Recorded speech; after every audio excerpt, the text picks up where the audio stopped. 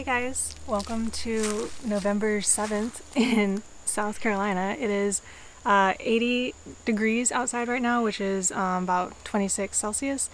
And while the weather is really nice, I think that kind of adds to the tragedy of this behind me.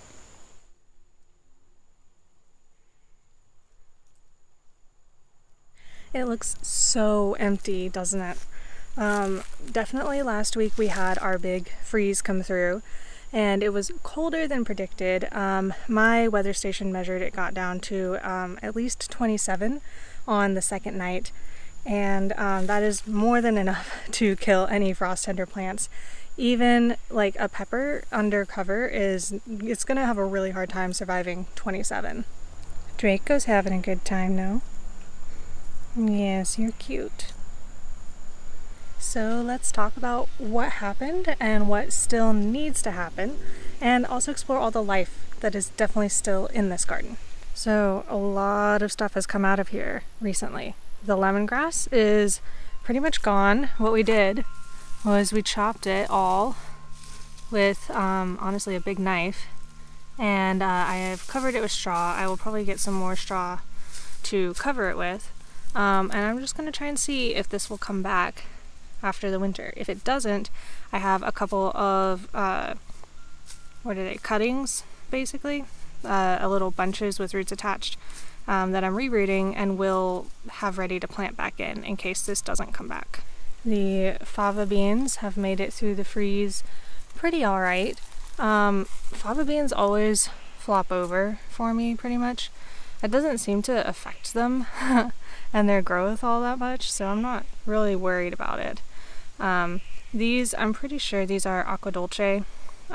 These would be seeds saved from my garden, and they were planted more than a month ago now, I think. And then further down we've got some of the brassicas that I put in here. You can see they did take some damage from the freeze. It's probably just because it went from warm to cold so gosh darn fast. I mean, these plants are getting whiplash, especially with it being 80 degrees out here today. But hopefully what I normally find is that the newer leaves tend to be more resilient to freezing than the older leaves that had never faced a frost before. It's kind of like when you put out a plant that hasn't been properly hardened off. The leaves that were used to the older temperatures aren't as well prepared, but you can see this plant is still very clearly alive and working on healing itself.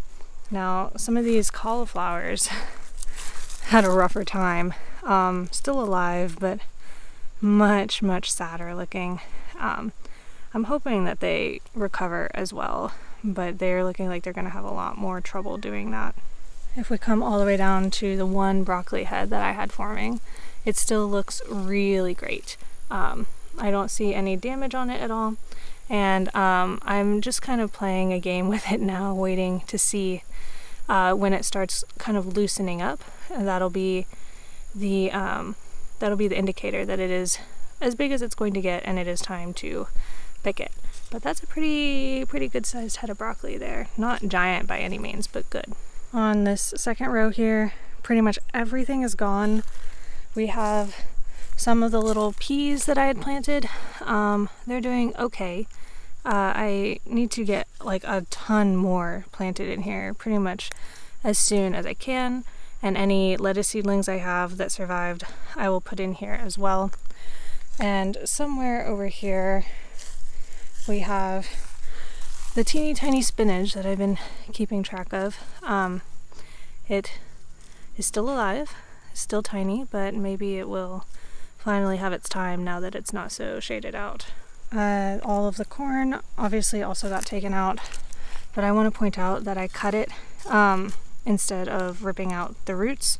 There was one that accidentally got ripped out, but the main goal with all of the plants that I took out was to cut above the soil level so that the root structure stays intact, because this is part of, like, it's like a big city for the microbes in your soil, and if you're ripping out the root ball, you're like Godzilla coming in and tearing out buildings. So I try to leave all of that intact for the microbes. Right now, the most lush area of the garden is this section of brassicas. All of the potatoes that were in here died back, which was not a surprise at all. You can see kind of some of their leaves here. Very floppy, dead-looking plants. I'm just leaving them be. I think they might be protected enough to come back when spring comes. But in the meantime, these Brussels sprouts are looking great. You can see a little bit better some of the Brussels sprouts coming in between the leaves here, and I will probably come in and start thinning out some of these leaves as well, because not all of these leaves are going to be super necessary for the health of these plants, and they are kind of starting to crowd each other. Now, all of that being the way that it is was really expected. I got out the things I needed to get out, and while it was sad to see it all end, that was expected. However, this next row is a little sadder to me, and I'll tell you why. First, we've got this dead nasturtium here, which it dying in the freeze was not a surprise. However, I did not get around to coming through and getting all the seed pods off. So I have actually absolutely no idea if these seeds will even be viable, much less useful as capers if I have extras. It just completely, with everything else I was doing, completely slipped my mind. So both nasturtiums that I had, completely dead, and potentially no seeds at all. We'll see if these dry up and look viable at all. We'll have to germination test them, but yeah, it's kind of sad. We did totally expect the noodle beans to die, and they did, and we got all the beans off of them, so this is expected. I'll just have to come through and kind of cut off the dead vines. I'll probably wait till they're nice and crispy, because I find that makes it easier. But we do have our peas coming in to take their place, so this is all going great, going as expected. Holy basil, of course, died. I left it because I want to come through and grab some seeds off of it. I'm not sure if they'll be crossed because I had so many other basils in the garden, but figured I'd grab some just to see. And then if we go on to the second trellis where the blue butterfly peas were, these are all also dead. We do have some pods on here. I'm just not entirely sure if any of them ever fully matured, so we'll be opening up a few and looking at them in the next few days. I do see brown seeds in there, which feels like a good sign, even though it still feels kind of flat. I'll do some germination tests on these and see if I actually got any seeds off of this plant this year. But what I find to be most tragic is this whole section of hot peppers. As you can see, I tried to cover it, and the first night that I covered it, I didn't weigh down the cover well enough, and it blew off, and it was only slightly freezing. The plants were a little damaged, but not totally dead. But even though I covered it quite well for the second night, it got so cold. You can see everything is so very clearly dead, like dead. I could uncover this at any time, but you know, I just haven't had the time, and what's the point? It looks like I do have a couple of peppers that might be savable to a certain extent. Some of them definitely got super damaged by the freeze, but this one still feels pretty solid. If I have time, I'll come through, but look, you can see these are just complete mush. Right here at the front of the fourth row, I have my neglected seedlings, which some of which have survived and some of which have not. Any that have survived, I guess I will put out. I could have put them out sooner, I just didn't. I still have some strawberries left. They are about to go dormant. And the onions, while I don't have as many of them as I would like, the ones that I do have look pretty good. I would say this is like 1/10 of the seeds that I planted that have survived, but you know, I definitely have not 0 onions, so that's good. I've never actually gotten a successful onion from seed before, so I'm pretty happy with that. I've also got some more brassicas up here near the front, intermixed with some lettuce that I can start pulling from now that it's been getting colder at night. Even though it is warm in the day, it is still cooling off quite a bit at night here. So these lettuces should start getting pretty tasty, and they actually didn't take too much damage with the freeze, especially compared to some of the bigger brassicas, which I would have expected to be more resilient to that sort of thing. It could be that they were just lower down to the ground, but these are looking really good. Surprisingly, this whole area hasn't really changed very much. I guess not surprisingly. I guess I mean with all the change that just happened, this area looks almost exactly the same. This is a great time, I think, to start pulling oregano. This is really nice looking growth on it, and it hasn't gone to seed. This would be great to just take a bunch of it. Oh my gosh, it's so soft. Take a bunch of it and dry it out. I already have so much time, I don't know what to do with it. I'll probably just have to cut this back in general for its own health. And then the thing that has died is the Mexican tarragon. I did not get a chance to come in and pull it. I pulled a little bit, but definitely not the whole plant. And so that will theoretically come back from its root ball in the spring. Over here, we've got the chamomile dying back here. And everything else kind of just existing. Carrots are doing great. They're a little flopped over, and I'm not sure if that's because a cat laid on them or because of the cold, because there's definitely just like a couple of places you can find where it looks like cold damage, but it's hard to say. There's definitely roots down here. Let's see. Yeah, you can see that. Definitely roots. I'm waiting for just a little bit longer. I could start pulling these anytime. You don't have to wait for carrots to get full size for them to be edible. But I'm just waiting to see if they'll get a little bigger. And also, once it's more consistently cold, these will sweeten up as well. And then all of this, just happy existing, same as it was last week. And then coming through to look at the berry patch. Everything actually also looks almost the same. You can see the blueberries are starting to change color, which I think is always really pretty.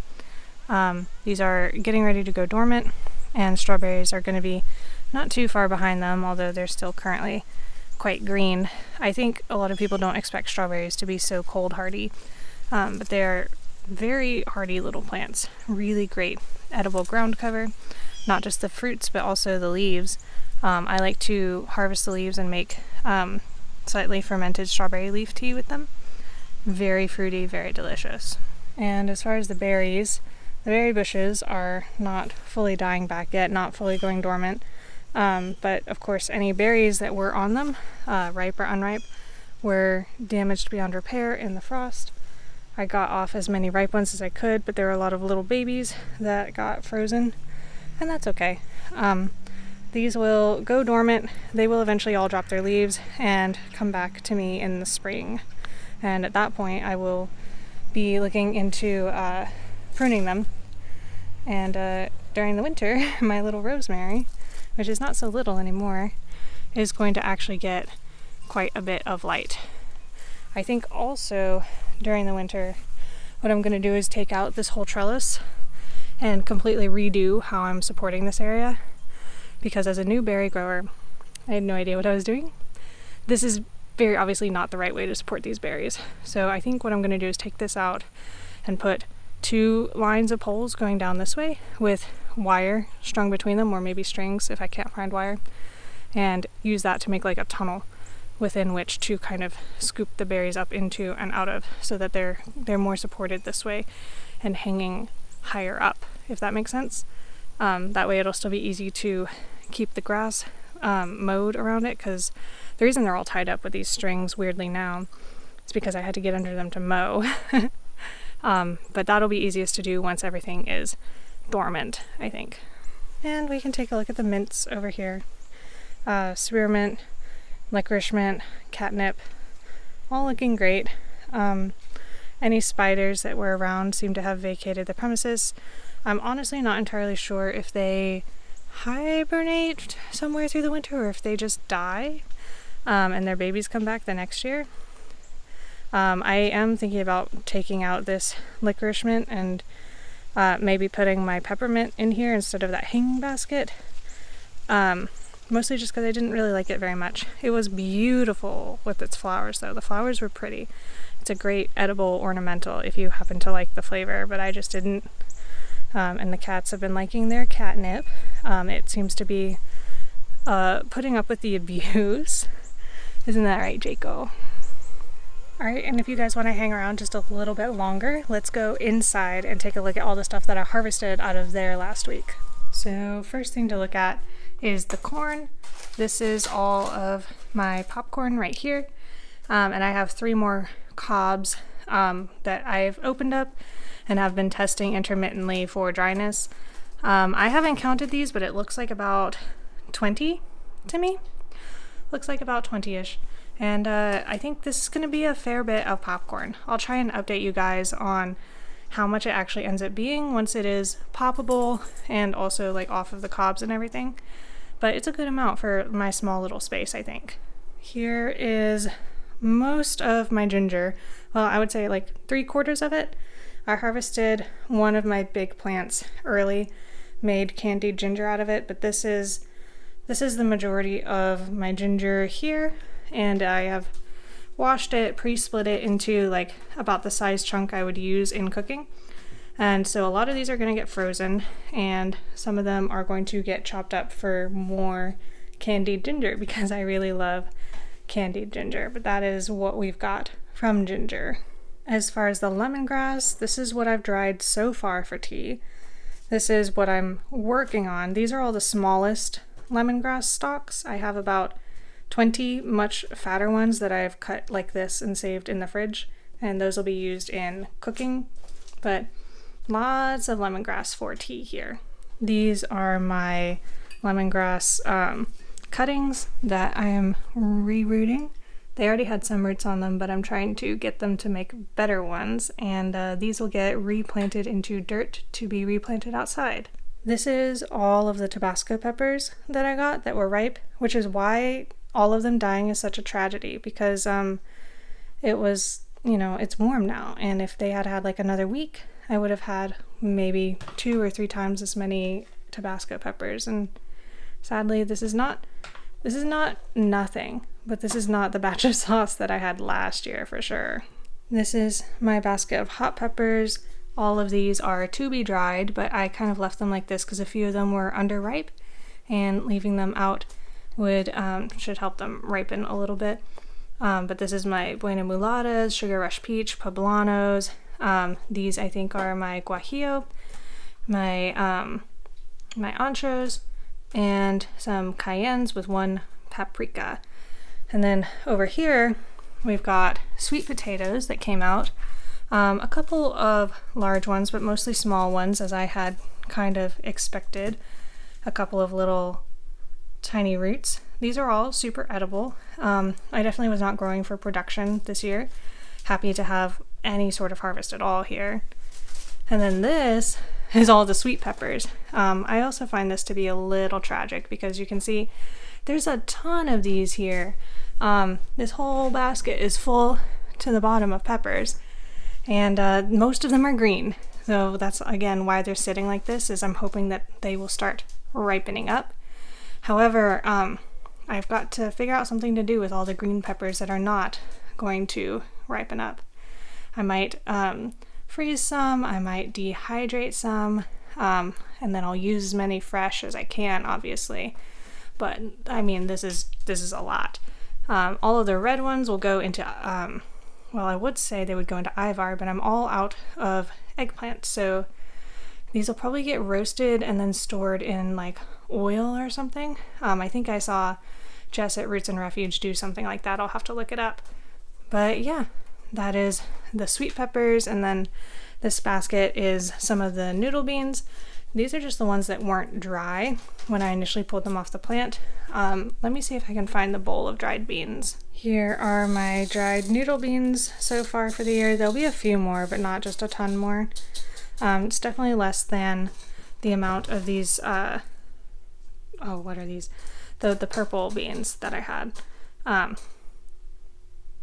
I cannot come up with their name right now, but I showed you guys these last week and I told you how much exactly I had of those. These ones, I can do the same thing once I get them all dried and shelled. But both of these I'm planning on using in chilies this year, and of course I'll separate out all the prettiest ones to use as seed stock for next year. Also on the floor over here, just to clarify in case you saw them in the edges, these are not mine. These are from a friend's garden. This is an underripe pumpkin. I think it is supposed to be green when ripe anyway. But underripe pumpkin and also a loofah. I don't know if you guys have ever seen a loofah before. This is, yes, like the sponge. This whole thing will dry out and then the rind will peel off and the sponge is inside. These are also edible when they're small, but this one is like far too large to be tender enough to be edible. But I thought that you guys might find that cool.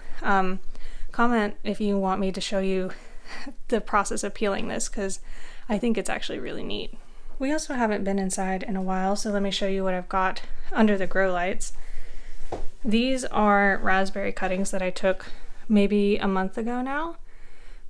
You know, they're not looking perfectly healthy, but they're definitely not dying the way that my other ones have been. So I think they're probably actually making roots down there.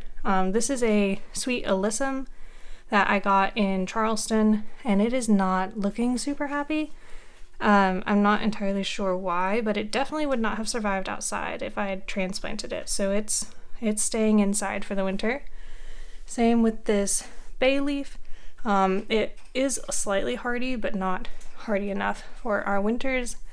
And it being such a small plant, I didn't really want to take that chance. So this is in a nice massive pot. I don't know if I'll ever give it a bigger pot than that. The plan is to keep it trimmed and small. But yeah, this is also indoors for the winter. Up here on the top shelf, I also have a bunch of acorns that I harvested. These are foraged from my neighborhood. And if you didn't know, it is a mast year for acorns. That means that all of the trees collectively have decided that this is the year to overproduce acorns. They do this because squirrels come through, they eat acorns.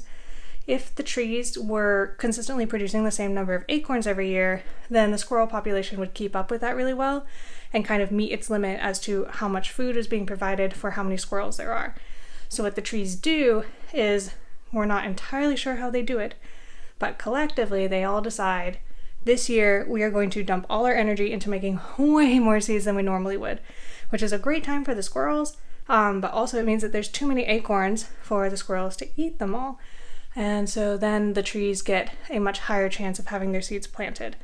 And then usually the following year, they cut back a lot. And then all that squirrel boom population from the mast year will die off.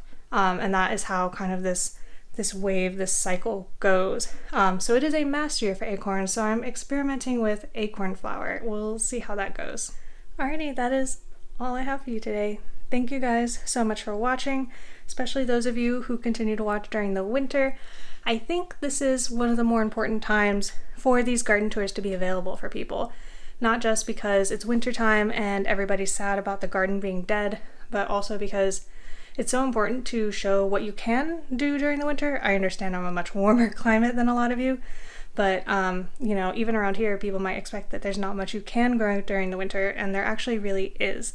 And also the garden isn't as pretty as it normally is. And I also think that that is important to see, because if all you're seeing is beautiful summer gardens, then your garden right now is going to look extra sad. And so I just want to give you like a realistic perspective on that, and let you know that even though I do this all the time, my garden does not look perfect and full of life all the time. If you want to catch up on the pretty garden tours, I'll leave that playlist up here. But until next time, happy gardening!